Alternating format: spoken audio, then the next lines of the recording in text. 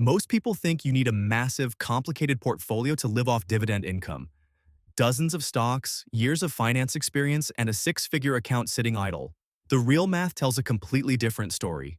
A focused, five-stock dividend portfolio, built around the right yield and payout structure, can put $2,000 in cash flow into your account every single month. Not someday, on a schedule. The reason most beginners never get there isn't the money. It's that nobody ever showed them which five positions actually move the needle and why. That's exactly what this video does. $2,000 a month from five stocks. That's what this is about. And what most people see when they first look at these positions, the yields, the share prices, the entry costs, tells them almost nothing about what the actual income picture looks like 12, 24, 36 months in.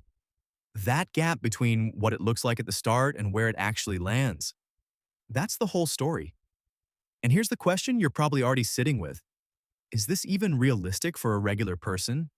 Or is 2,000 a month something that only works if you're already sitting on hundreds of thousands of dollars? Stay right here, because that answer is going to reframe everything you think you know about how dividend income actually gets built. Here's exactly what this video delivers. By the time we're done, you're going to know the five specific positions that form this monthly income portfolio. You're going to understand how they work together, not just as a list of tickers, but as a system. And you're going to see the actual math of what it takes to reach $2,000 a month in dividend income. But more importantly, here's the number I want you to hold on to until the end of this video. The total portfolio value needed to generate $2,000 a month from these five positions is a real, specific number. And if you commit to building this portfolio with a consistent monthly contribution, even a modest one, the projected value of that same portfolio over 30 years is something that will change the way you think about what you're actually building right now.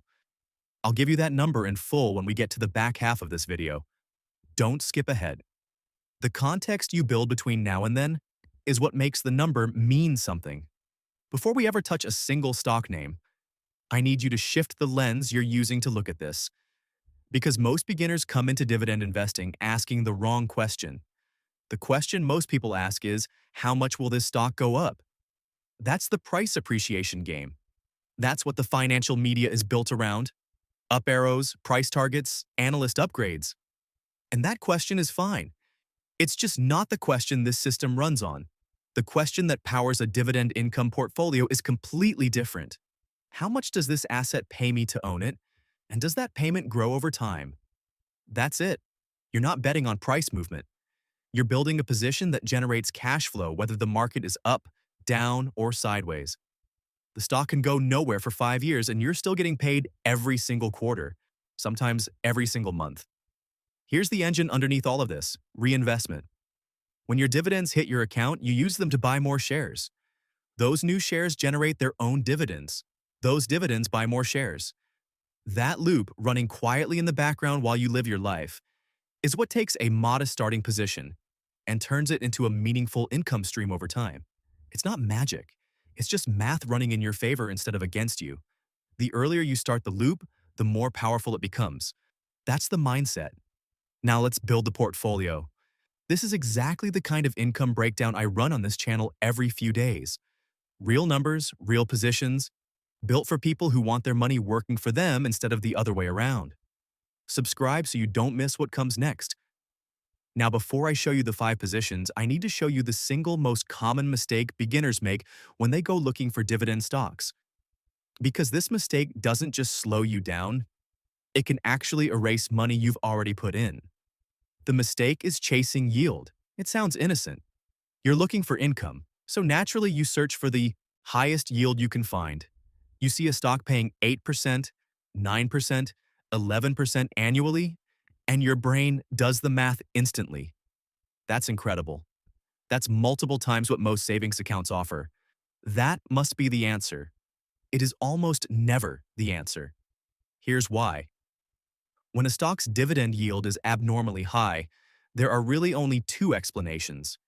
Either the company is genuinely generating enormous cash flow and choosing to distribute most of it, which does occasionally happen but is rare in a sustainable way. Or, far more commonly, the stock price has dropped significantly. And the yield looks high because it's calculated against a fall in price. That falling price is the market telling you something is wrong. The dividend hasn't been cut yet, but the business underneath it is under pressure. And when companies under pressure face hard choices, the dividend is usually the first thing to go. A dividend cut doesn't just reduce your income, it typically causes the stock price to fall further, meaning you lose on both the income side and the value side at the same time. That is the yield trap. It looks like free money. It is not free money. The 5 positions in this video were chosen specifically because they are built to avoid exactly this mistake. So how do you tell a safe dividend from a trap before you put your money in? There are 5 checks I run every time I evaluate a dividend-paying stock for a long-term income portfolio. These aren't complicated, they're just consistent. First, is the yield real, or is it the result of a falling price? Look at the stock chart over the last 12 to 24 months. If the yield jumped because the price collapsed, treat that as a warning label. Second, is the dividend stable, or has it been cut or suspended in the last 5 to 10 years? Cuts happen. Companies that have cut once often cut again. What you want is a track record of consistency, ideally raises. Third, is the dividend growing? A dividend that hasn't grown in 5 years is quietly losing purchasing power to inflation. The best income portfolios hold positions where the payout increases year over year, even modestly. Fourth, is the dividend covered by earnings? Take the annual dividend per share and compare it to earnings per share. If the company is paying out more in dividends than it earns, it is borrowing to fund your payment. That is not sustainable. Fifth, is it covered by cash flow? Earnings can be manipulated by accounting. Cash flow is harder to fake. You want to see that the actual cash the business generates supports the dividend comfortably. Run those 5 checks before you invest in any dividend position. Every stock in this video passes all 5. Let me show you what these checks look like in practice with 2 real-world scenarios, because the numbers alone will fool you if you don't understand what's behind them. Scenario 1. A real estate investment trust, an REIT, yielding around 6.5%. On the surface, that sounds elevated. For a lot of investors, that number alone triggers suspicion. Is 6.5% too high? Is this a trap? When you run the checks, here's what you find. The price has been relatively stable over multiple years. The dividend has been paid consistently and has been raised several times over the last decade. And the payout ratio against funds from operations, which is the correct earnings metric for REITs, sits in a healthy range. The yield is high because REITs are legally required to distribute most of their taxable income to shareholders. That's built into the structure. High yield here is a feature, not a warning. It passes every check. This is the kind of position that belongs in an income portfolio.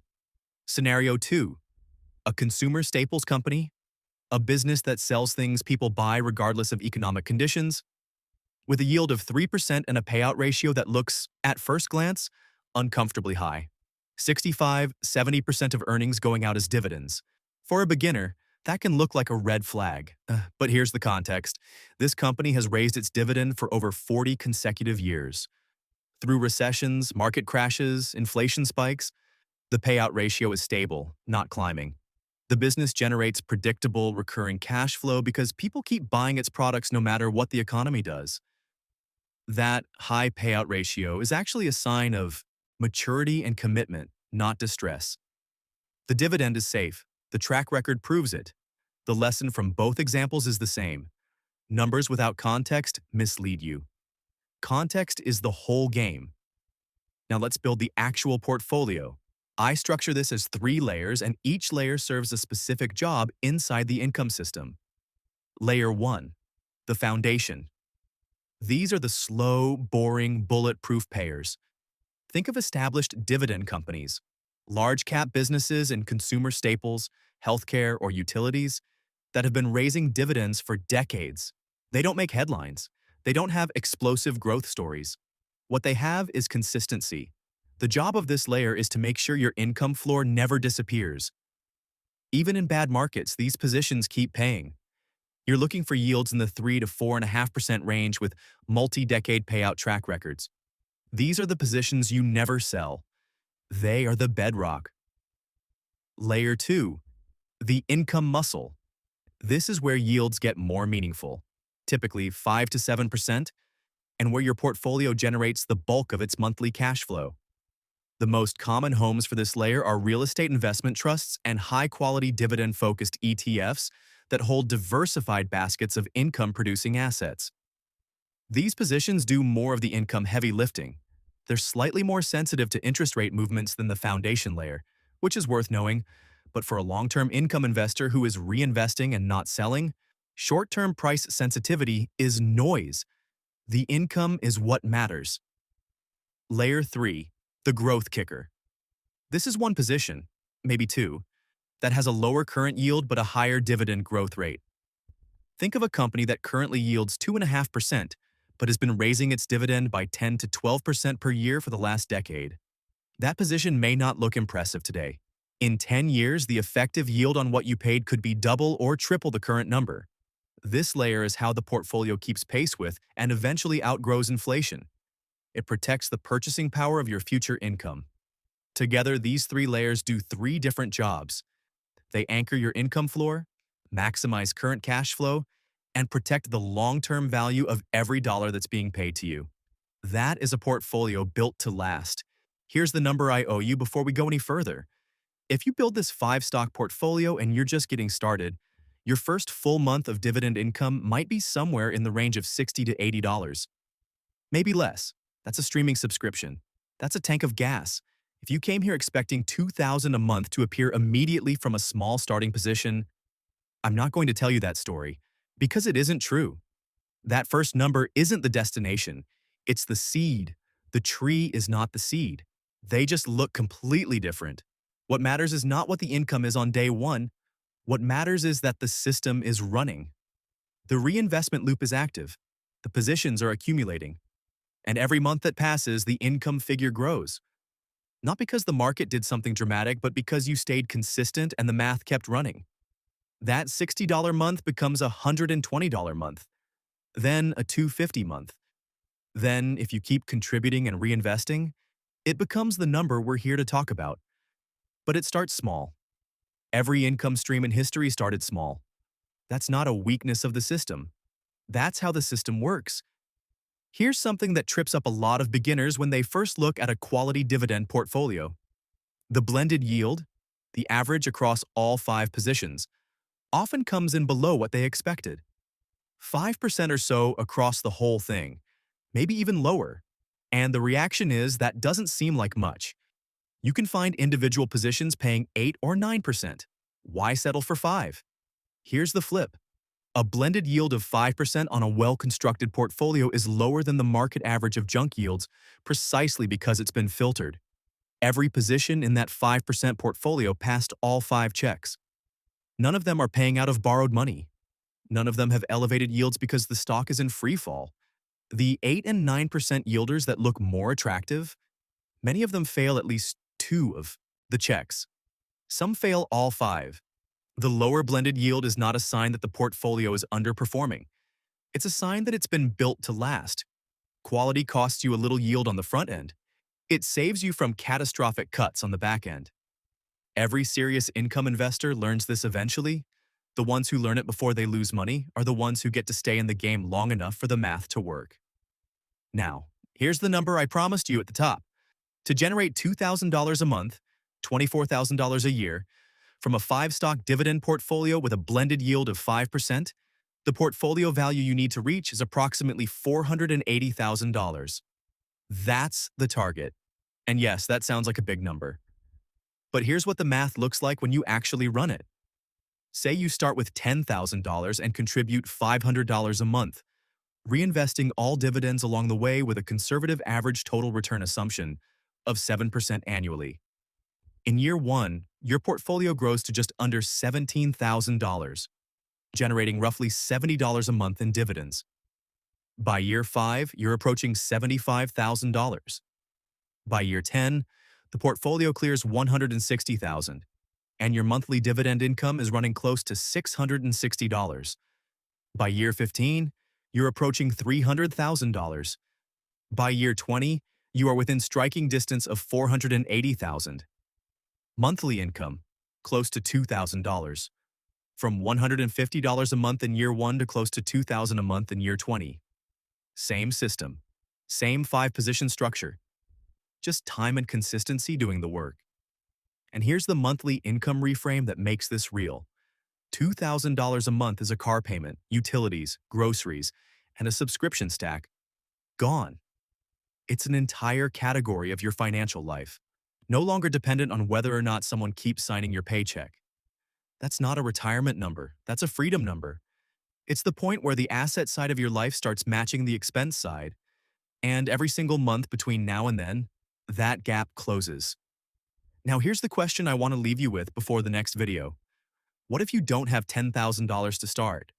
What if you're starting from $25 a week, $100 a month, and you want to know what the same system looks like from that entry point? We ran that number. The projected outcome over 30 years will genuinely surprise you. But more importantly, what if you want to see exactly how this same framework applies to a specific set of Fidelity's dividend offerings? Because there's a video already on this channel that walks through what happens when you put $5,000 into the 3 best Fidelity dividend stocks specifically. The exact positions, the exact income math, the projected 30-year build. That video is linked on your screen right now. It's called What If You Invest $5,000 in the 3 Best Fidelity Dividend Stocks? Watch it next. This isn't a one-off video, this is a system being built out one position at a time.